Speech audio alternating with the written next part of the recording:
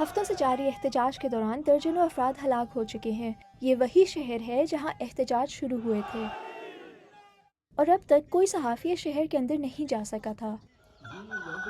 حالیہ تشدد کے بعد راولاکوٹ کی سڑکیں سنسان ہو گئی ہیں، شٹر نیچے اور شہر تقریباً بند ہے۔ مظاہرین کی قیادت مقامی کارکنوں کا ایک گروپ JAAC کر رہا ہے۔ ان کے مطالبات میں سستی بجلی، تعلیم اور انتخابی اصلاحات شامل ہیں۔ تاہم حکام نے ہمیں یہ ویڈیوز بھیجی اور کہا کہ ان میں مظاہرین کو ہتھیار اٹھائے دیکھا جا سکتا ہے۔ حکام کے مطابق یہ مسلح بیرونی فنڈڈ دہشت گرد ہیں جو خطے کے انتخابات میں خلل ڈالنے کی کوشش کر رہے ہیں۔ ہلاکتوں کی تعداد پر اختلاف ہے، تاہم ہمیں ایک کے بعد ایک ایسا خاندان ملا جس کا کہنا تھا کہ ان کے عزیز مظاہروں میں گولی لگنے سے ہلاک ہوئے۔ جن افراد نے ہم سے گفتگو کی، ان کی حفاظت کے پیش نظر ہم نے ان کے چہرے چھپا دیے ہیں۔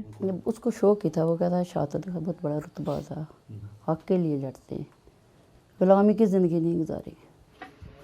اس عارضی کلینک میں گولی لگنے سے زخمی ہونے والا ایک اور شخص ہلاک ہو گیا۔ مظاہرین مقامی ہسپتال پر بھروسہ نہیں کرتے۔ ان کا کہنا ہے کہ فوج انہیں وہاں سے گرفتار کر سکتی ہے۔ ہم نے ان سے صرف سستا آٹا اور اپنے اسپتال، اپنی مشین کی ڈیمانڈ مانگی تھی۔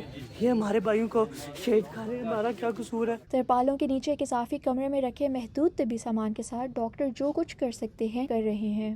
ہمارے پاس اتنا فرسٹ ایڈ ہے کہ ہم کسی کی جان بچا سکیں، ٹھیک ہے، ہم خون بند کر سکیں، ٹھیک ہے، ہم وونڈ مینجمنٹ کر سکیں، ٹھیک ہے، ہم اموات اور زخمیوں کا ریکارڈ ہاتھ سے درج کیا جا رہا ہے۔ ہمیں بتایا گیا کہ گزشتہ ایک ہفتے کے دوران اس کلینک میں تقریباً 50 شدید زخمی مریضوں کا علاج کیا گیا، جن میں اکثریت کی عمر 40 سال سے کم تھی۔ حکام کا کہنا ہے کہ مظاہرین کو ہسپتالوں سے گرفتار نہیں کیا گیا اور ہلاکتوں کی تعداد سے اختلاف کیا۔ حکام نے سیکیورٹی فورسز کی جانب سے پرامن مظاہرین پر بلا امتیاز فائرنگ کی بھی تردید کی ہے۔ ان کا کہنا ہے کہ کارروائی ان افراد کے خلاف کی گئی جنہوں نے قانون نافذ کرنے والے اہلکاروں پر حملہ کیا، تحفظ عامہ کو خطرے میں ڈالا یا کار سرکار میں مداخلت کی۔ حکام نے JAAC پر اپنے خلاف غلط معلومات پر مبنی مہم چلانے کا الزام بھی عائد کیا۔ سیکیورٹی اہلکار بھی ہلاک ہوئے ہیں، تاہم JAAC کا کہنا ہے کہ وہ پرامن ہیں۔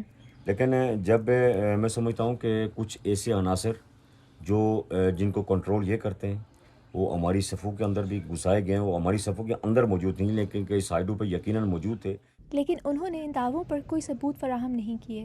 یہ جھڑپیں جو یہاں سے شروع ہوئیں اب خطے کے دارالحکومت سمیت دیگر شہروں میں بھی پھیل چکی ہیں۔